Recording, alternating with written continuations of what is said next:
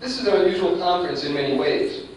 It's unusual to have a homeschooling conference that isn't packed with vendors trying to sell you all types of curriculum.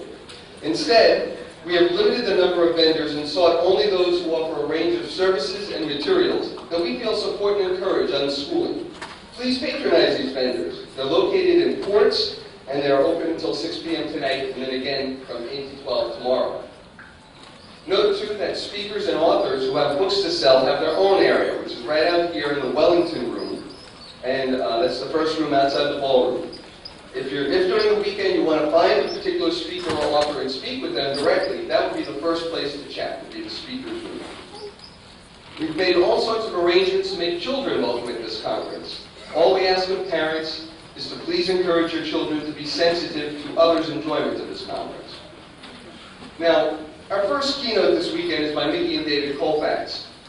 Many people know them as the Harvard Goat Boys parents, but that event is really just a small part of their very busy lives. I can't tell you everything that keeps them busy, since that's David and Mickey's business. But you can ask them yourselves. However, there are two aspects about their lives that not too many people remark on and that they're public about. One is that David has been a member of his local school board for 15 years. The other is that David also does a radio program about education issues, not just homeschooling issues. So like many of us at this conference, their concern about education extends to all children, not just homeschoolers. Mickey and David became friends of mine over the past few years as we kept bumping into each other at various conferences throughout America. Indeed, I can claim that I have bored Mickey and David throughout America in my speeches. But what most impresses me about Mickey and David and their boys is that they're so honest and direct with their observations. They're not afraid to say when their choices have been less than ideal for them, and they readily acknowledge their mistakes. The Colfaxes have spent the better part of the past 12 years telling people about the ways that they help their children learn to grow into responsible, happy adults. And you can read about that in their books, Hard Times in Paradise, and particularly in Hard Times in Paradise, and in Homeschooling for Excellence.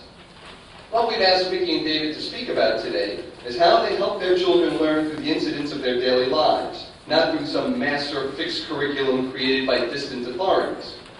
John Holt wrote, "A life worth living and work worth doing. That is what I want for children and all people, not just or not even something called a better education." I present to you Mickey and David Colfax, who tell us just how they help their children get lives worth living and find work worth doing.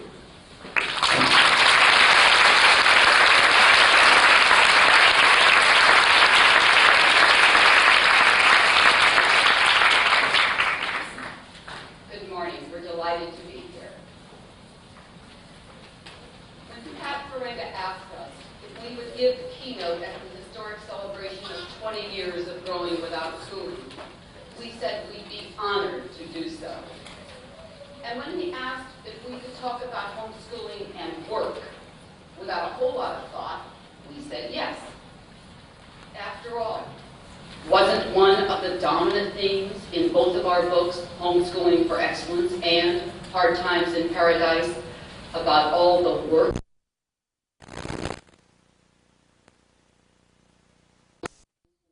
did on our Shining Moon Ranch over more than 20 years?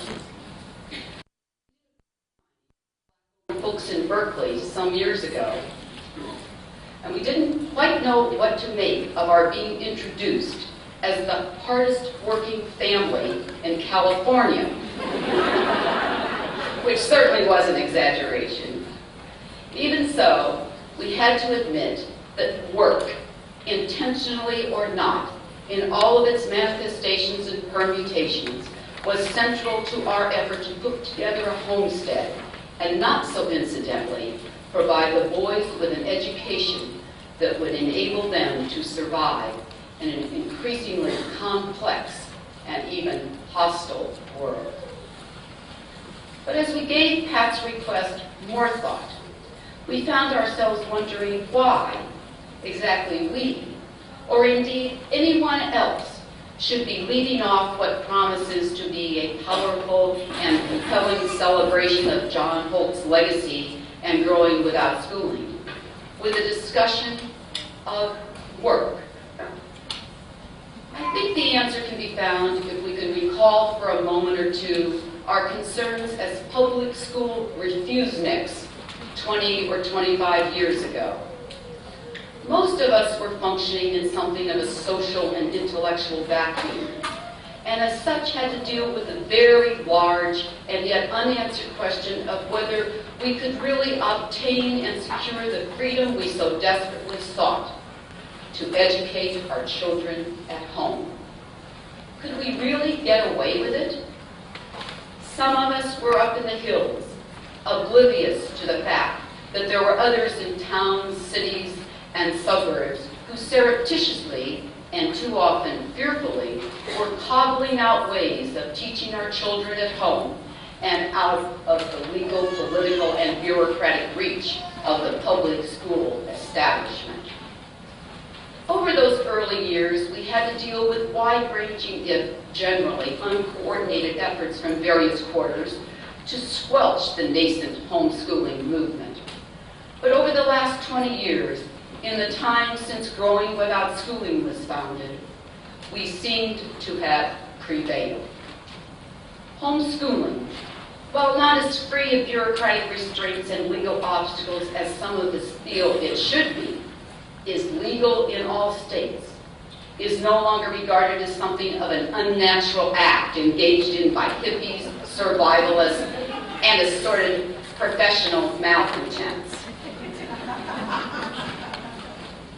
Today, school administrators, marketers, mainstream media, computer companies are interested in homeschooling, if only to see if they can find a way to turn a profit on it.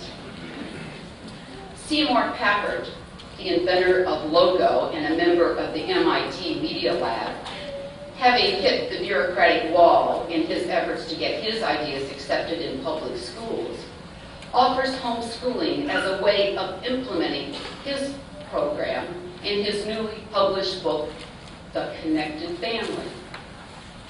And we were recently informed that 2 weeks from now, a delegation of administrators from the county school district David has represented for over a dozen years will attend the annual California Homeschooling Conference in Sacramento in order to learn how they might put together a cutting-edge independent study program.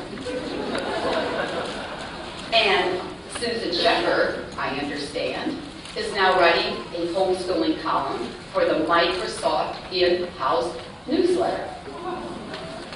Clearly, as I'm sure Nancy Plent will be describing in considerably more detail in her session, the theory and practice of homeschooling is changing the way Americans think about education and the family. However odd, subversive, and revolutionary it may have been regarded by some, homeschooling has become, as one homeschooling advocate predicted just 10 years ago, mainstreamed. And as a result, many parents who a decade or two ago wouldn't have had the slightest idea of what homeschooling was all about, much less consider it as a serious educational option, are among its most enthusiastic advocates. It would be wrong to assume that what we may someday call our heroic period, the years of crisis and confrontation, is all behind us, now that homeschooling has become better understood and more widely accepted. Indeed, we would suggest that as homeschooling and its variants more and more affect the institutions of our increasingly repressive and controlling society, our opponents, the teachers' unions, administrators, politicians, and all of those who make big money by supplying the educational fraternity with artifacts ranging from dumbed-down textbooks to costly facilities, will become more sophisticated in their efforts to co-opt, contain, and ultimately control the homeschooling movement. But in the face of obvious and irrefutable evidence that American schools are becoming less and less concerned with education and more obsessed with control, 2 weeks ago, the Los Angeles School Board directed all schools to conduct drop and cover drills at least once a semester in an effort to prepare pupils to protect themselves from outbreaks of neighborhood gunfire. Homeschoolers clearly have the competitive edge in virtually any confrontation with the forces of reaction down the line. Having succeeded in so many ways in establishing the legitimacy of homeschooling over the last 2 decades or so, and having established our right to teach and learn what we want, where we want, when we want, and how we want, we have opened up new realms of freedom and are faced with the task of using that freedom to our best advantage. How do we do this? For those among us who believe that their job is to implement a divinely, politically, or economically inspired educational ideology, that may not be so much of a concern. It doesn't take much imagination or effort to replace the authoritarians and rigidities of state-controlled education with the authoritarians and rigidities of other realms.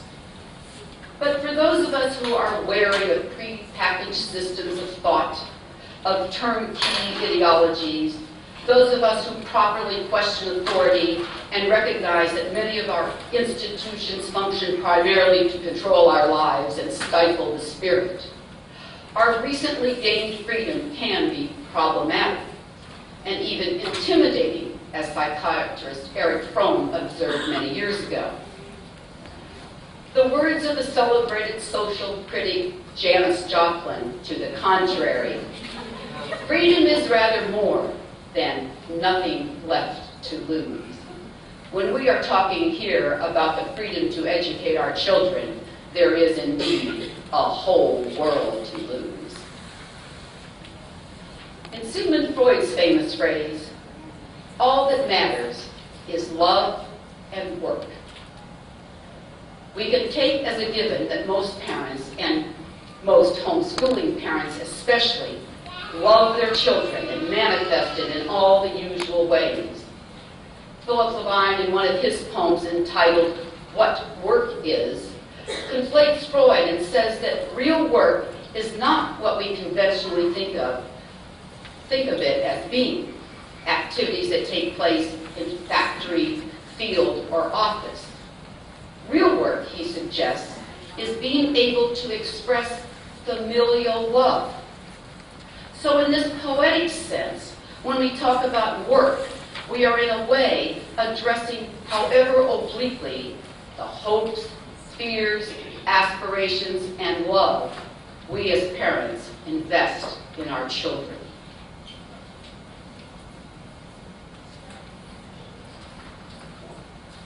But work, as conventionally viewed, has gotten a bad rap, historically and philosophically, and for good reason.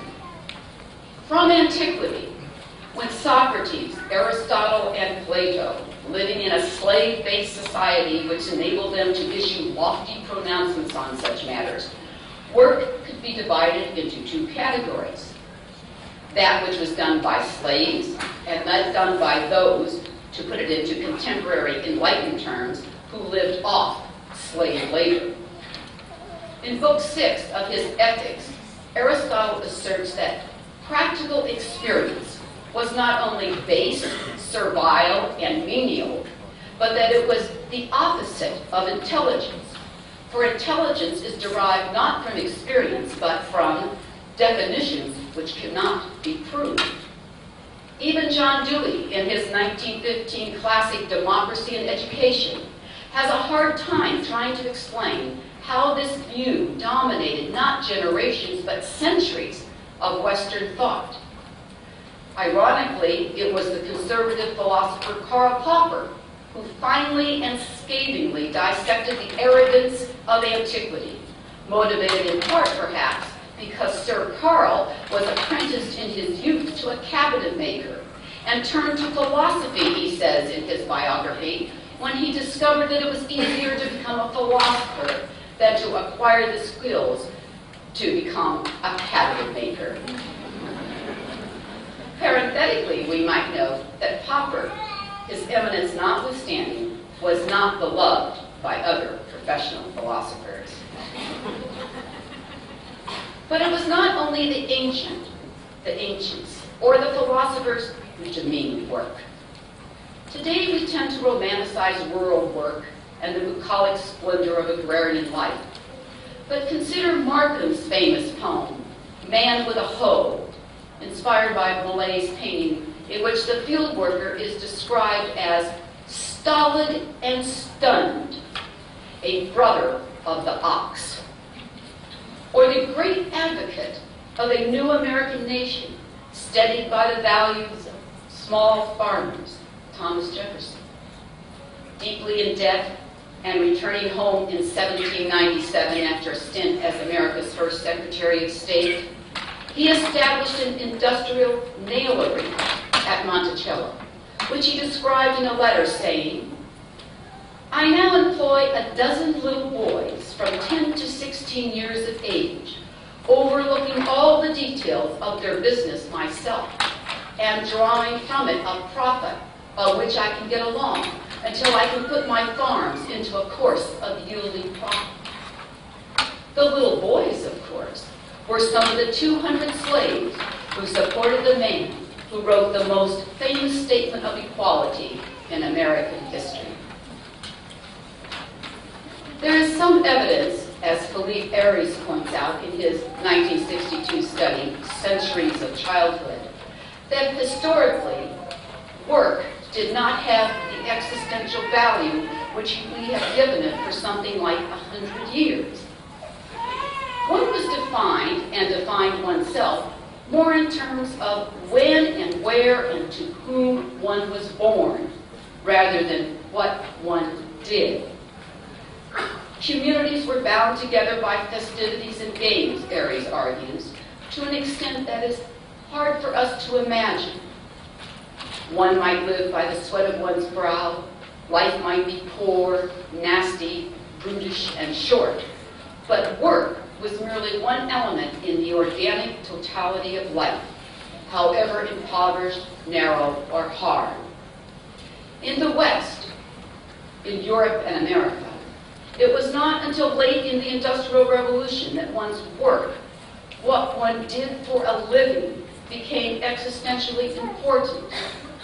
We can see this in the literature of the period, and that is why the genius of Charles Dickens and his continuing appeal to us today is in no small part attributable to the skill with which he documented these changes in a time not so long ago. All of this may be very true, you may be thinking, but what does it have to do with homeschooling? Ted Wade, in his 6th edition of the Homeschool Manual, relates what he calls the Colfax story, and identifies the 5 characteristics of our, and I quote, providing rather than pushing program. These include 1, expecting achievement and providing an atmosphere for the joy of its accomplishment. 2, encouraging independence and critical thinking. 3, using materials and methods that concentrate more on the end result of the learning than on the drill and busy work. 4, waiting for readiness. So far, fair enough. But when Mr. Wade credits us with creating, quote, a challenging physical work program which provides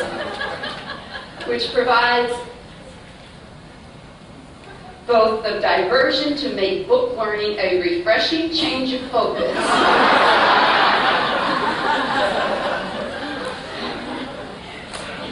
and the physical exercise to keep the brain alert, unquote, he loses us. Is that what we were doing? If that's the impression we conveyed in either of our books, then we need to clarify a few things. Perhaps in our efforts to make homeschooling as palatable as possible to our readers, we devoted too much attention to describing the 2x4s and nails, so to speak, without paying enough attention to the structure we were building.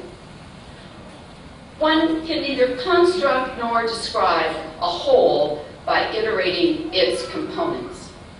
Perhaps that is why Mr. Wade's kind efforts to explain how, quote, a challenging physical work program, unquote, fit into our homeschooling program falls so short. We were not seeking diversions, refreshing changes of focus, or trying to keep brains alert with a challenging physical work program. Conceivably, all that might very well happen if homeschoolers seeking those ends were to impose a challenging physical work program on their children. But this would be missing the point entirely. Work, we would argue, should not be seen as a component, a part of what we do as homeschoolers or non-schoolers, or indeed as families, but rather as an intrinsic, inseparable part of the effort to construct our realities as parents and families. Work, we would argue, should not be construed as a means to, but an end in and of itself, as we and our children shape and are shaped by the world. To comprehend what this means, maybe we need to suspend interest here, if only for a few minutes, in the mechanics of how and what and why we do what we do as homeschoolers. Perhaps as such our visions are inadequate to the task. I think it's interesting that John Holt, after spending so many years trying to make sense of public education, eventually realized that the totality of what we called education was the problem, and as such was beyond repair. Paulo Freire, whose Pedagogy of the Oppressed, which celebrated its 20th anniversary last year, and which has had a massive impact in the way we think, not only about education, but the political world in which it exists, did not draw upon Dewey or call upon Ted Sizer to help formulate his views. Has anyone else had the sheer audacity to publish to wide acclaim in the United States during the Cold War a book on education that cites Marx, Engels, Hegel, Lenin, Mao, Che Guevara, Fanon, and Lukács almost exclusively? You just might want to ask John Gatto about this in his session called The Guerrilla Curriculum. At the heart of Freire's book is a very simple and straightforward thesis that conventional education is an instrument for the maintenance of a culture of silence and denies that the world is, quote, a problem to be worked on and solved, not static and given. People are creators of culture, and all their work can be creative. I work, and working, I transform the world.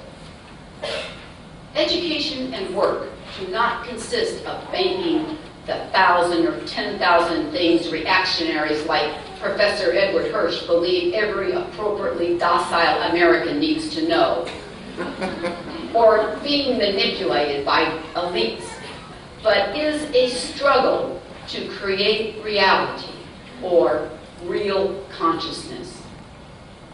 Even though he does not, and perhaps cannot, acknowledge it, the eminent learning theorist and mainstream educational guru, Jerome Bruner, has been influenced over the last 20 years by constructionists like Freire and, of course, Ivan Illich. Reality is made, not found, he acknowledges in his latest book, The Culture of Education. And yes, he admits, perhaps he paid too much attention to how people learn rather than why people learn in his long and illustrious career. But of all those who have shaped our thinking about our work and education over the last 2 or 3 decades, of those who have made their mark and had second thoughts, None has done so as dramatically as Illich, author of De-Schooling Society. "Ah, that book was naive," he declares in a collection of essays put together by Matt Hearn last year. "Why," he asks, "do so many people, even ardent critics of schooling, become addicted to education as to a drug? Stop reifying education," he demands. "All of our education beliefs, arrangements, and rituals reflect, reinforce, and actually create belief in the values of learning pursued under conditions of scarcity. Lifelong learning, in-service training, how to play games, these are nothing but cliches and tricks that have, quote, thoroughly polluted society, not just schools, with the stench of education." When we talk about work and education, we find ourselves constrained by scarcity, economical, social, intellectual, spiritual. "We need to take control of our lives," says Illich, with the result that, quote, "we do not need to make special arrangements for learning," unquote. Is this an extreme or radical view, abstract, impractical, and unworkable? Aaron Falwell, writing in the same volume edited by Hearn, tells about how John Holt handled questions about his views on education. Holt would refuse to define education and answer that he learned while living, working, playing, and being with friends. His point was that education is generally construed as a treatment, a laying on of information, culture, technique, icons. In this sense, Holt predated Illich. We do not have to make special arrangements for learning. If we understand, then, that we as parents are responsible for more than the mere education of our children, that we are the principal agents involved in their efforts to construct their realities, whose task it is to enable them to apprehend the world, as in Frere's words, a problem to be worked on and solved, only then do our attempts at analysis, a review of tactics and strategies, will enable our children to deal effectively with the world make sense. And having established at least something of a context in which we can talk about activities that we might want to call work, let's take a look at some of its faces, at least as they appear to us over the years. First, let's consider work as a pastime. One of the reasons we suspect that many unschooling parents are interested in helping their children to find useful, meaningful, or challenging work is that as unschoolers, we have discovered that our children, freed from school, have been granted a gift of time. Some will revel in this freedom, while others, particularly those who have attended schools and have been socialized into a way of thinking in which others make the rules, set the agenda, and control the timing, will not. It is not a problem only of young people. In our town, we know several well-educated, highly intelligent people of what we used to be called of independent means, who spend their days pouring samples for tourists in our boutique wineries. We've known professional people, retirees, who have taken jobs as clothing store clerks or gasoline station attendants out of sheer boredom. It's not the money, they'll tell you. It's a way of passing time. Reed, our third son, now a civil rights attorney and the father of our first grandchild, being the youngest for the first couple of years on the mountain, had considerably more time than the older two, which he put to use, spending many an afternoon in a corner of the house practicing the games he tried to talk us into playing after dinner. And there was no doubt that from his perspective, this was work. Many times we'd come in from working on a project he couldn't help on and find him on the floor, brow furrowed, playing against imaginary opponents whose pieces he would so helpfully move around the board for them. Needless to say, he became a consummate game player. Was this really work? There's no question that he was serious about it, and that it occupied his afternoons for a few months. Was it a good or creative use of his time? Who can say? Was it better than watching television or playing Nintendo games? Perhaps. Does it make any sense to seek work for our children in order to fill up their days? We don't think so. Reed, of course, was engaged in something we might call work as play, play as work. Young children play soldiers, cowboys and Indians, play house and doctor, play dolls, and engaging in the culture of childhood are rehearsing the adult culture. Is this play or is it work? Does it matter? At a recent computer conference, we found ourselves on the edge of what became a heated discussion of what children are doing today that they didn't do before the age of computers. The split came along gender lines. The men talked about how they used to take things apart, clocks, radios, and so forth, and acquired an understanding of how things work that is largely denied kids today. How much can you learn by tearing apart a transistorized calculator or clock? The women at the conference, all high-level computer specialists, disagreed with their male colleagues. They hadn't taken many things apart as children, and here they were, computer experts, many of whom outranked the males. We played house, one of them said, and several others agreed. Ah, that at our house, my 4-year-old plays computer, said one woman. Her daughter, Sarah, often invites her friends over, takes the pillows off the furniture, and arranges them around the room as if they were oversized, soft computer components. One pillow is the keyboard, another the monitor, another the mouse, and so forth. Sarah presses down on a corner of the keyboard pillow, and the child at the monitor pillow is expected to react in one or another way. All the participants at the session agreed that Sarah and her friends, all of whom had been using computers since infancy, represented the future, and it was good.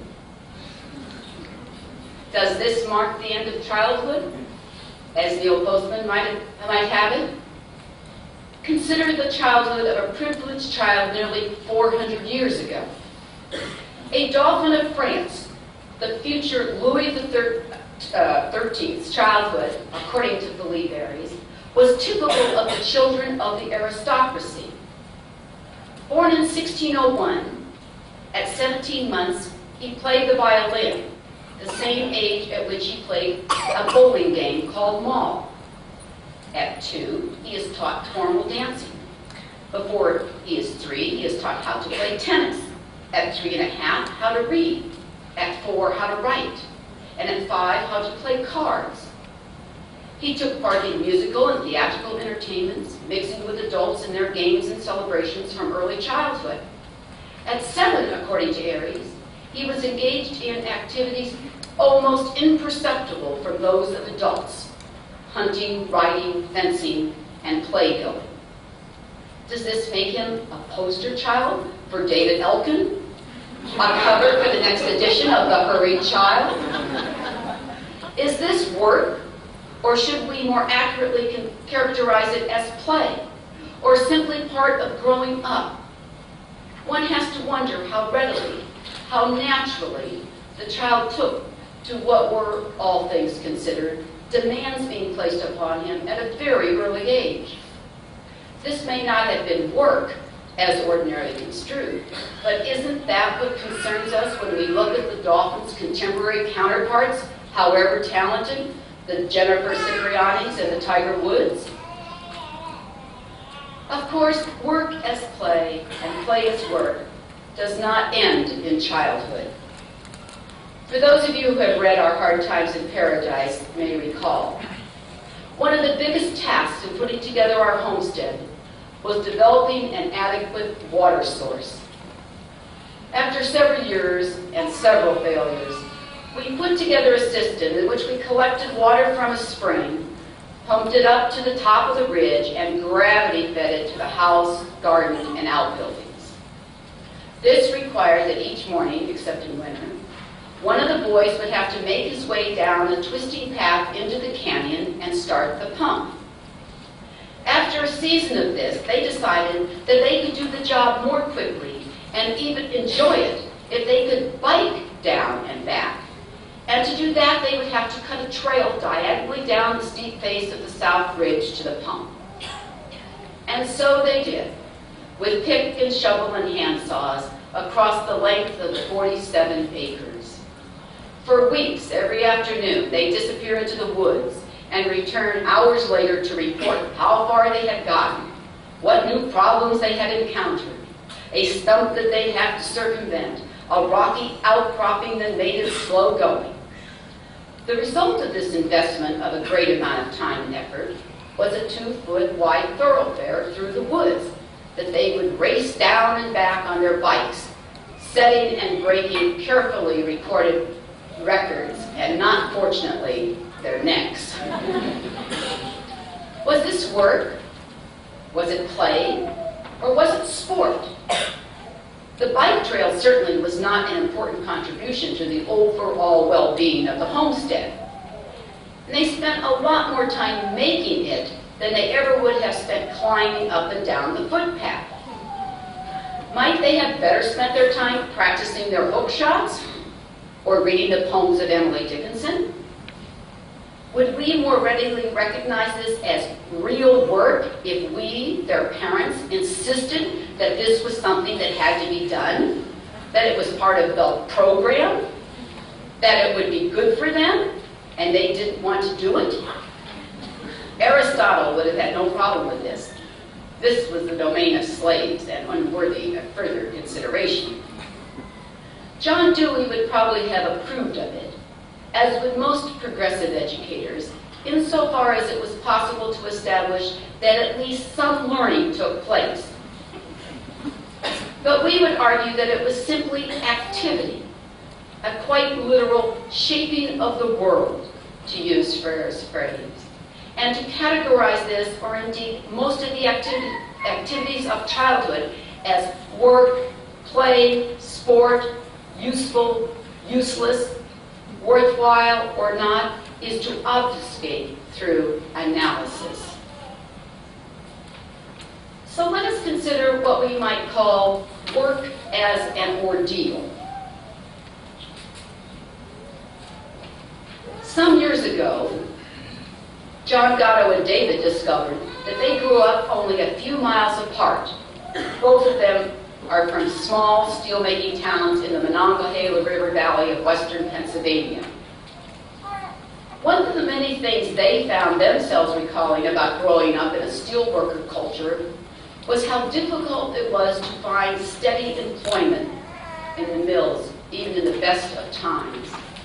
You had to know someone to get an entry-level job as a member of a labor gang, and you usually spent a long time shoveling slag or cleaning out cooling furnaces before you were moved up to a job that was not as dirty, dangerous, or physically exhausting. For those who remained in the mills, the work could be a lifelong ordeal.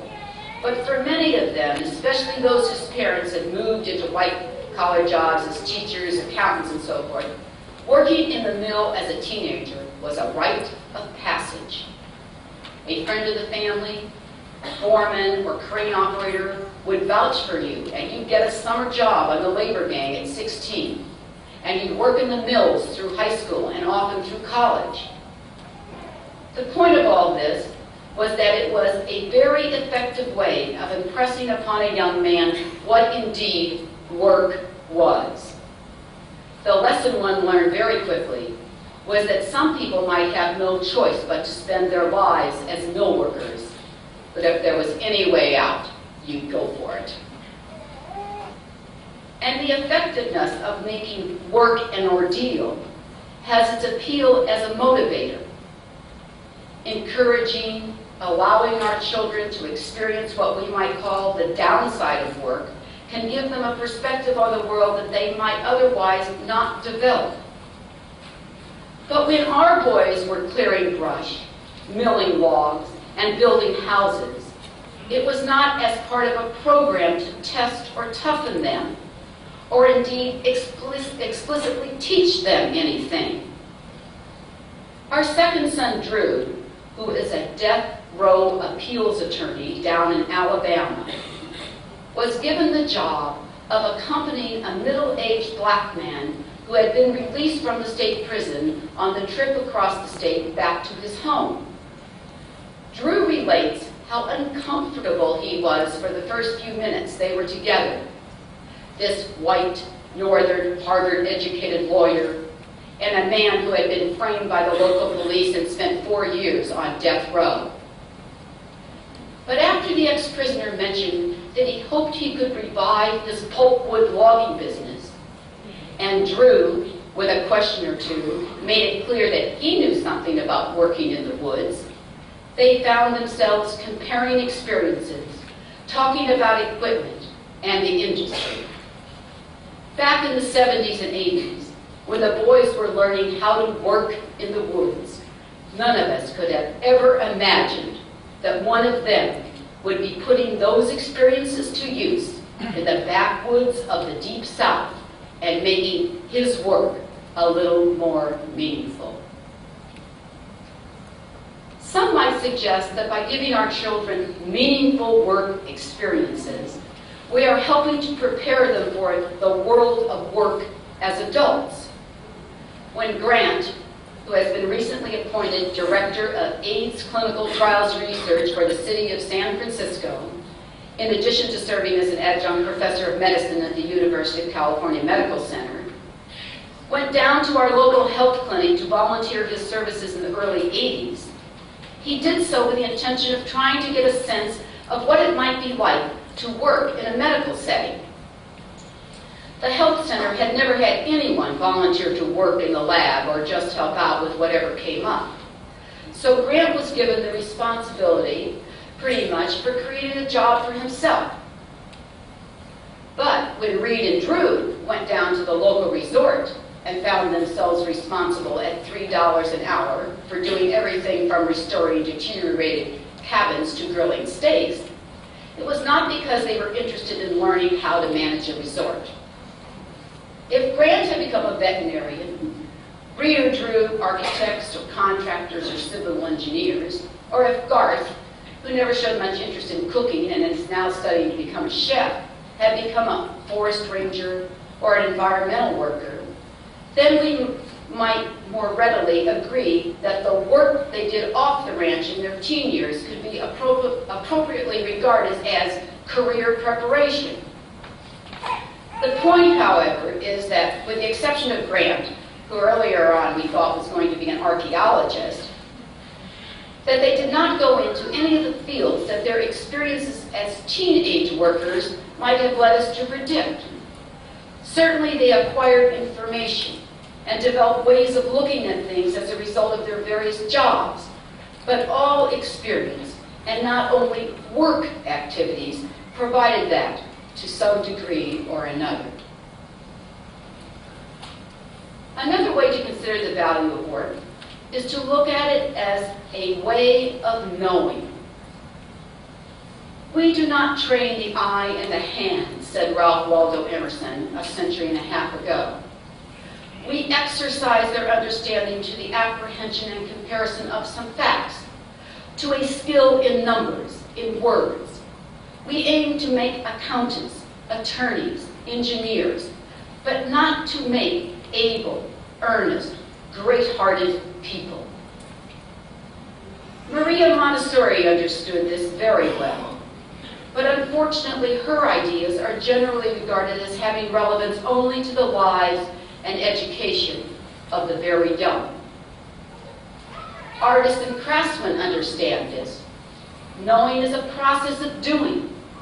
thought and product become interwoven in the process of action, of work. This is yet another version of what analysts such as Jerome Bruner and Norman Goodwin call the constructivist tenet, which is to say, the view that reality is made, not found. In working on or with things, we achieve understanding. What meaning should we derive from this as non-schooling parents? It means, I think, like the Shakers, we need to break down the division between the holy and the mundane spheres through manual labor. We need to provide our children with opportunities to engage in real work in the home and in the community, not in order to collect experiences the way one might collect stamps, but in order to construct their own worlds and to develop the kind of realities that will serve them throughout life. We mention in Homeschooling for Excellence the importance of providing young children, as soon as they are able to handle them, with real tools, rather than the sets of miniatures sold in toy stores. Similarly, we need to provide them with real work experiences, hefty, rough-edged, and potent, rather than the safely prepackaged courses, lessons, and programs that are represented as passports to greater understanding. But in talking about work in these terms, work as pastime, work as play, work as an ordeal, work as career preparation, work as a way of knowing, we should not overlook the world of work as defined and experienced by most people. Studs Terkel opens his best-selling collection of interviews conducted in the late 60s with the following quote: "This book, being about work, is by its very nature about violence to the spirit as well as to the body.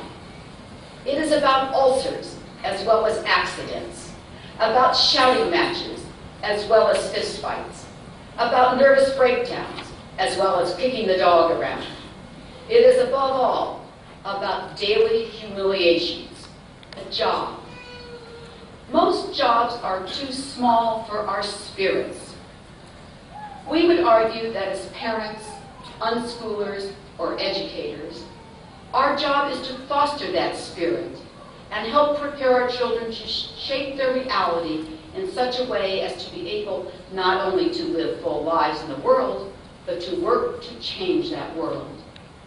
We don't need lists or toolboxes or curricula or leaders. All we need is to keep ourselves open on all sides to every opportunity to create new and better versions of this world. Over the last 20 years, we have come a long way in changing our own and the public's understanding of how our nation's children are being manipulated and exploited in the name of education. We do not seek it, but have had thrust upon us a responsibility for expanding our small world in which we have achieved a freedom to learn, the freedom to be for ourselves and for our children. As parents, we all know the first 20 years are the hardest, so let's get on with it. Thank you.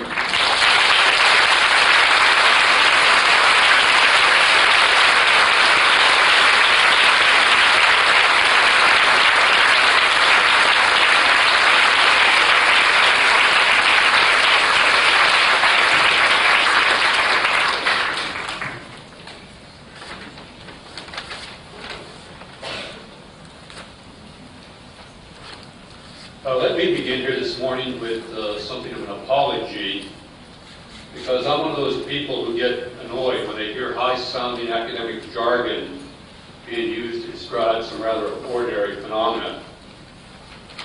Ever since John F. Kennedy was said to have it, all kinds of people, from Ronald Reagan to Michael Jackson and Madonna, have been said to possess something called charisma, a term with a very specific, very narrow meaning in the work of Max Weber, a German social historian.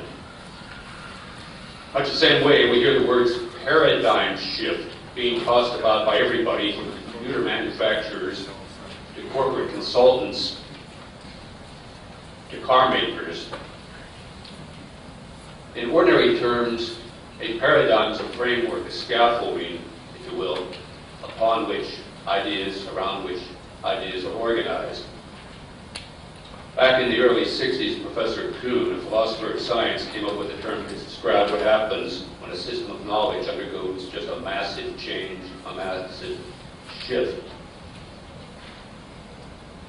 with the result that everything in that framework has to be perceived differently. That's a paradigm shift. It's a very complicated concept. As I say, we throw that term around casually. So I begin by apologizing. I'm going to use the word paradigm shift, but I don't want you to walk out of here thinking that I'm using the term paradigm shift in a very serious way. But let's just use it as a hook on which to carry, I think, three themes that I'd like to develop, three areas in which we have experienced or need to experience something of a paradigm shift. And I'll start with what we experienced in our family as something of a paradigm shift in the course of the educating of our boys. And we think here this is something we need to face up to and recognize as parents who are educating our kids in a very real world. When we look at what we did on the ranch over the years, we've come up with a whole list of activities. We raised turkeys, we raised cattle, we raised rabbits, we raised sheep, and of course we raised goats. The old saying, you should plant a tree before you die.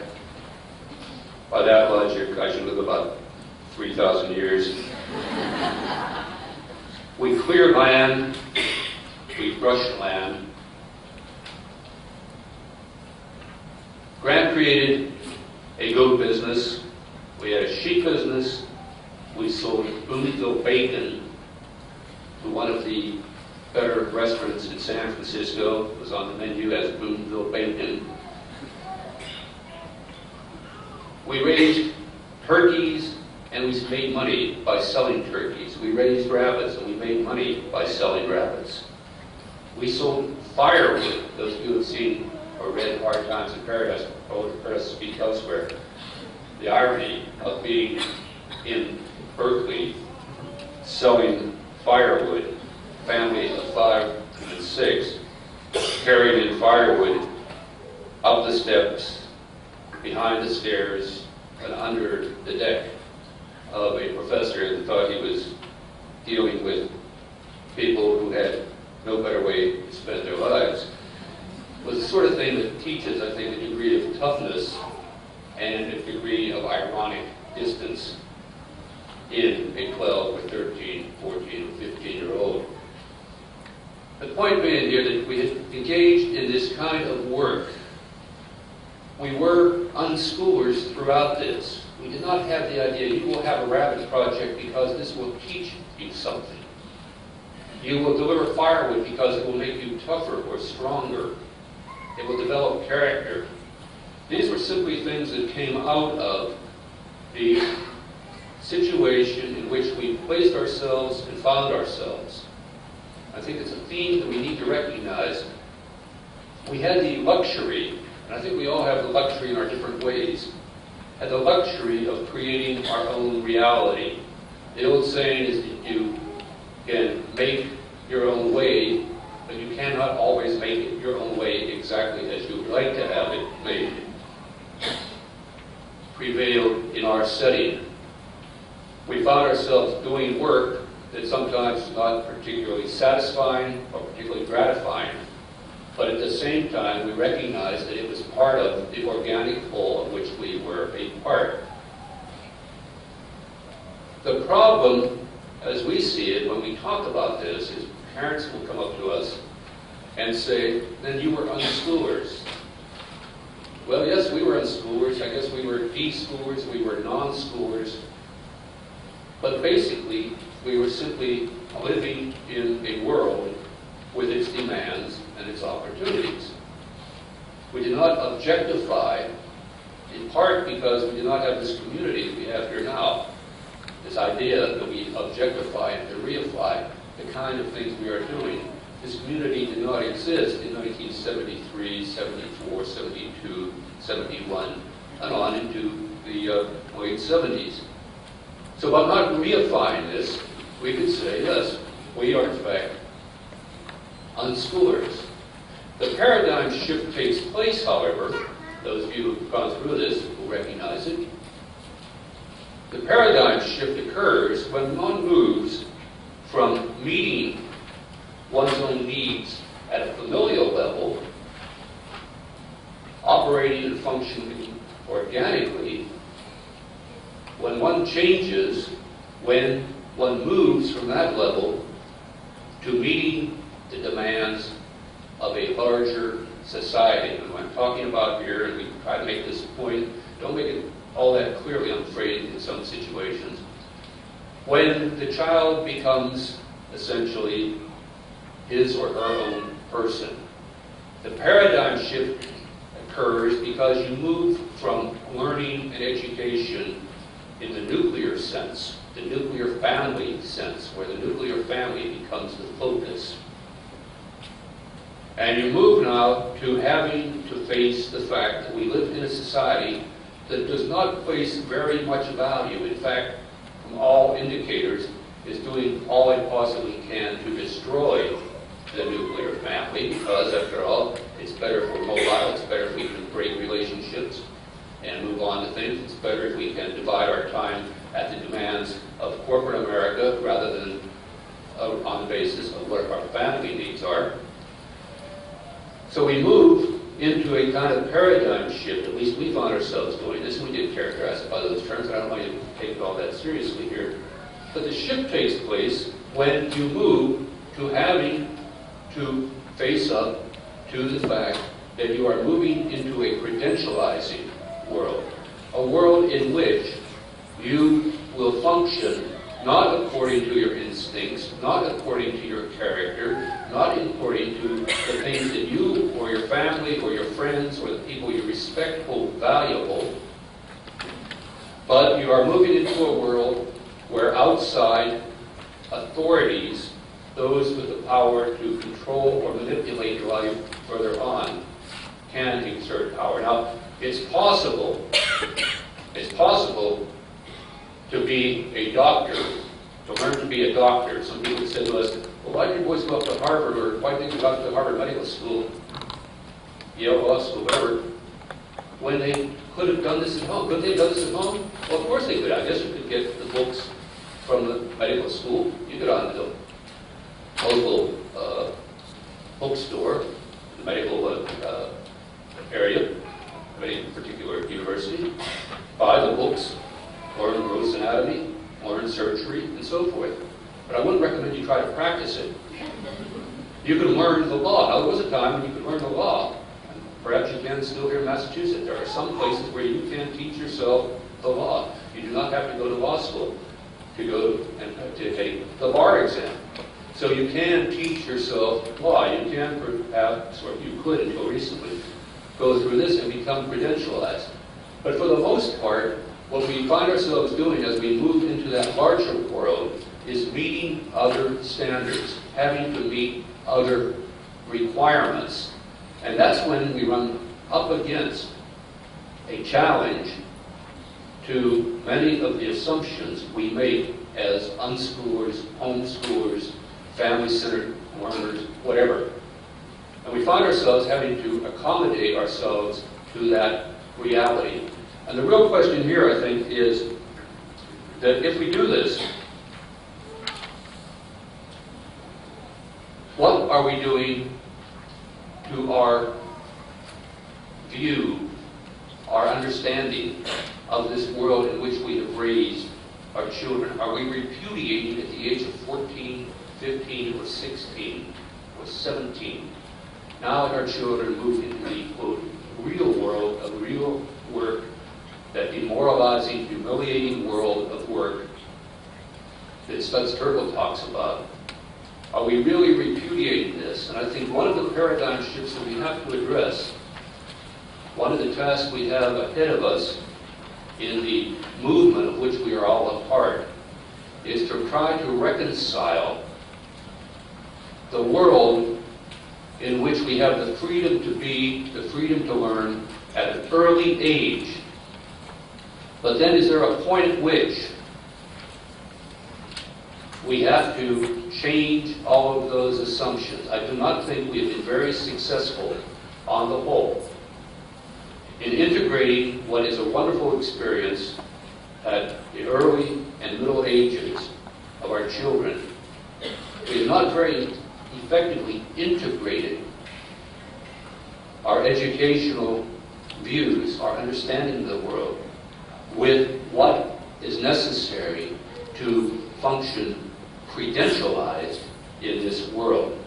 And I think one of the assumptions here when we talk about unschooling, homeschooling, whatever, is that this is something that over the next 20 years it would be very nice to be able to have examples of people who have been able to go through this particular process and not ended up in marginal occupations or managed to carve out niches, because most of us, there simply aren't enough niches in society for all of our children to fill.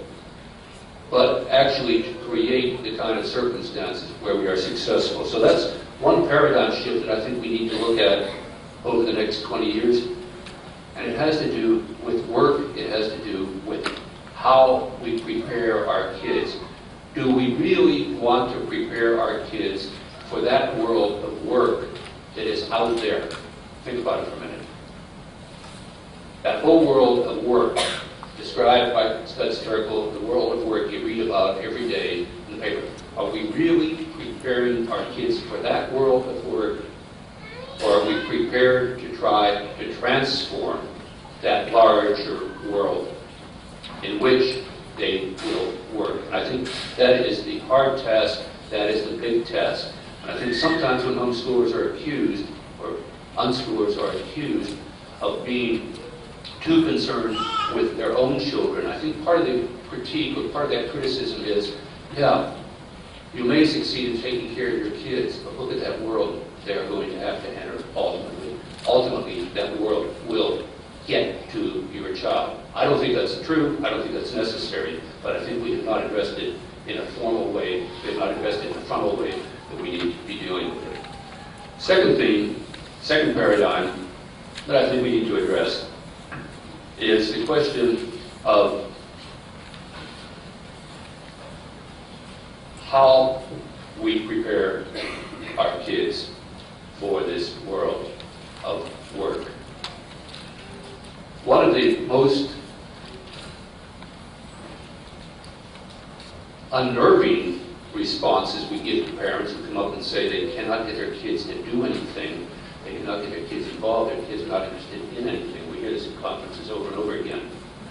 One of the things that we come up against is the idea that what you need to do, perhaps, what we all need to do, is create an identity within the homeschooling movement, such as it is, in which we have a confluence of work and thought, a Peace Corps, if you will, within the homeschooling movement. A Peace Corps where we develop an identity where kids can identify clearly and in a very effective way activities and jobs and things that they can do. A habitat for humanity, if you will, where kids actually have options. I think one of the things that we are going to need to look forward to in the future, going to need to take into account, is the fact that many kids, 12, 13, 14, 15 years of age, in some communities, really do not have the opportunity to actually do things that involve manual, physical labor. Perhaps some with some talent will do sculpting. Perhaps some will become painters. Perhaps some will become craftspeople. But many kids do not have that particular inclination and do not have that particular interest. And I think what it would be desirable, what would be worthy, would be for us as homeschoolers not nationally, not even necessarily at the regional level, whatever. But I think it would be good, and I think Grace Llewellyn has touched upon this in a very effective way. There are people out there thinking about this, but I think one of the things we really need to address is, could we actually create an awareness program, a work program, if you will, a work study program that gives kids an opportunity to actually engage this world to do real things. Because I'm very uncomfortable when I see that we are actually moving in something of the other direction, where we are getting children to have experiences. Mickey mentions this, where you have Outward Bound, where you have music lessons, where you have all of these things. People coming up to conferences and telling us, all I do is drive my children from one event to another as a homeschooling parent. To which we want to scream, well, stop it. Stop it. Let your child walk that distance, or let your child define, or help your child define, that world in which you are not feeling obliged because you have all this time, where you feel obliged to provide all these experiences, otherwise they might miss out on something. And I think there's that dimension to this that needs to be dealt with. And the reason I mentioned something of a Habitat for Humanity model or a Peace Corps model, and I'm not entirely serious, but I think we really need... She says I am. All right, I am. I just don't want to get too carried away here. But I think we need to create, at least in our local communities, a sense where kids really do something, where kids build something. I work on a school board where we take kids who are defined very euphemistically as at risk. For the most part, these kids who are at risk have come from dysfunctional families of an order it's unbelievable in some cases. And we bring them in, and we have one teacher, counselor for every 5 of these kids. And these kids learn to say such things as, I have really developed self-esteem here now that I've been involved in this program. And they learn to say things like, Mr. Smith is a wonderful person because he has taught me that I can be all that I can be. Taking the ads right off the television. And the one is, and I sit in these meetings and I sit in these sections because one of the reasons I stay on the county school board, which is not as much fun as I'm sure all of you can imagine it must be. One of the reasons I stay on this school board is because it gives me access to these kids and in a way gives me an opportunity to try to bring about some changes in the programs, bad as they are, that exist in this particular setting. But I find myself sitting there sometimes saying, just let the kids do what they want to do. Let go of this person. They need a gymnasium. They need a baseball field. They need a music room. So we say, well, if we can get funding for that, we will certainly get those things for you, says the administrator. Okay? And then the second administrator will be put in the job of checking somebody, and by the time we work our way down, we'll decide that we really can't do any of those things. To which my response would be, and is, too many times, and they know it by now, my response is, let the kids build their own field. Let them build their own music room. Let them build their own gym. Oh, but that would be complicated. You know, the interesting thing about it is when you talk to these kids, these at-risk kids, for any length of time, and they understand that you're not just talking to them to manipulate or massage them. When you talk to these kids and say, we can deliver. I will deliver. If you need a music room, we will provide you with the material. Then the kids start talking. You know what they look like? You know what they sound like?